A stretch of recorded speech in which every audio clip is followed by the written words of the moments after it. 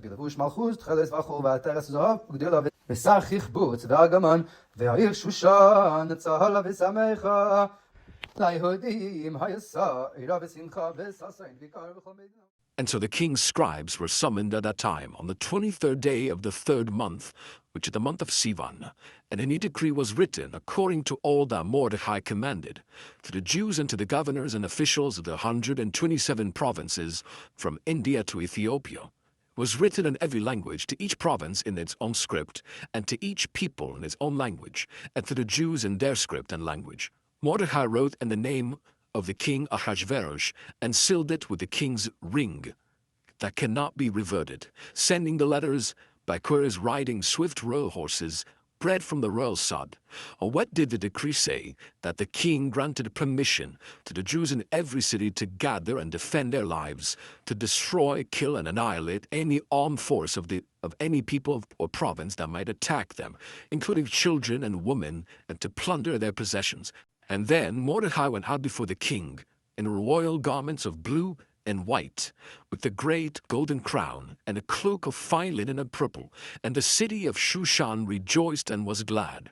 The atmosphere shifted, hope broke through, and for the Jewish people there was light, joy, gladness, and honor. This moment, on the 23rd day of Sivan, was the beginning of the miracle. Fear began to turn into strength. Power was returned to the Jewish people, and Geula, the inner redemption, had begun. On this day, the 23rd of Sivan, the Rebbe revealed to us a segula that every single Jew could tap into and make huge transformations, just like it was in the times of the Megillah. That on the 23rd of Sivan, a date that is prescribed in the Megillah Esther, black on white, and the Holy Scrolls. On this day, just like Mordecai was given the power from King Ahasuerus to decree all that he desired, and it was stamped with the king's signet that cannot be reverted. The Rebbe says, every single Jew, we are called Am Mordechai, the people of Mordechai. Just like Mordechai didn't bow down to Haman, so too every Jew has this Yehudi within him, not to bow down to the world. And a Jew has a power on this day, the 23rd of Sivan, to make holy, positive decrees. And all that we decree, the king, the scribes of the king of all kings, Hashem, whose end and beginning is his, puts down his stamp and his signet on the decree of every Jew. And the Arizal tells us, based on the Megillah, these days are mentioned and done in the present tense, says the Holy Baal Shem Tov, that by mentioning them, we cause these things to happen again in our days.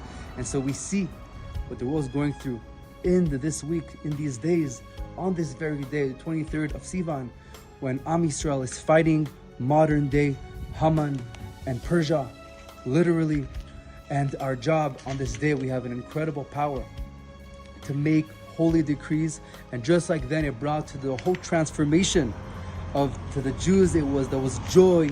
Layehudim haita ora v'simcha v'sason v'ikav v'nafochu. So too in our very days, we see and we will see the complete annihilation of evil from the world, of the modern day Haman, and to bring the complete redemption of the Jews and the transformation of the Jews to have a complete victory. So we see how history repeats itself again as we're coming close to the time of Mashiach, and as the Yalkut Shimoni tells us that the Rebbe mentioned 35 years ago in 1990 by the Gulf War, that in 1991 by the Gulf War, that the king of Persia wants to destroy the whole world. And he triggers the king of Saudi Arabia, and they go to Edom, Asa, which is modern day America, to go and get advice what to do. And the whole world is trembling and asking what's going on. And the Jews are screaming, where do we go? Where do we go? And Hashem tells the Jews, do not fear. All that I have done for your sake. The time of your redemption has arrived. From the 15th of Sivan, leading to Gimel Tammuz and Yud Beis Yud Gimel Tammuz, which are called the days of the redemption of the Frierdiker Rebbe, where he came out of jail, was imprisoned, and overcame all the struggles to fight for Jewish pride, Jewish identity.